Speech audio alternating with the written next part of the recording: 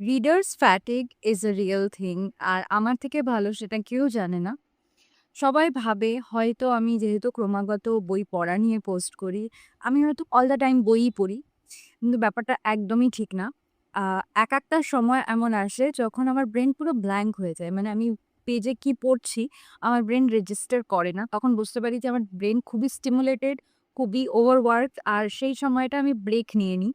অন্য কিছু করি, সিরিজ দেখি, নিজে লেখালেখি টুকটাক করার চেষ্টা করি। একটুখানি লাইট এক্টিভিটিস করার চেষ্টা করি যাতে আমার ব্রেইনটা আবার সেই জায়গায় যায় যেখানে গিয়ে আবার বই পড়তে ভালো লাগে। তো বই পড়াটা তো কোনো এক্সারসাইজ বা টাস্ক নয়।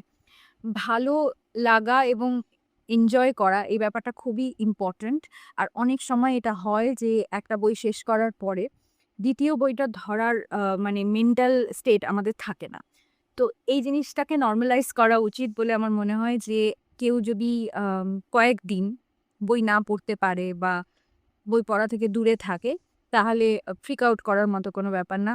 আবার আস্তে, আস্তে পড়ার হ্যাবিট ফিরিয়ে আনা যায়। লাইট হার্টেড বই পড়ে, কম কঠিন বই পড়ে আবার আমরা কিন্তু সেই হ্যাবিটটা ফিরিয়ে আনতে পারি।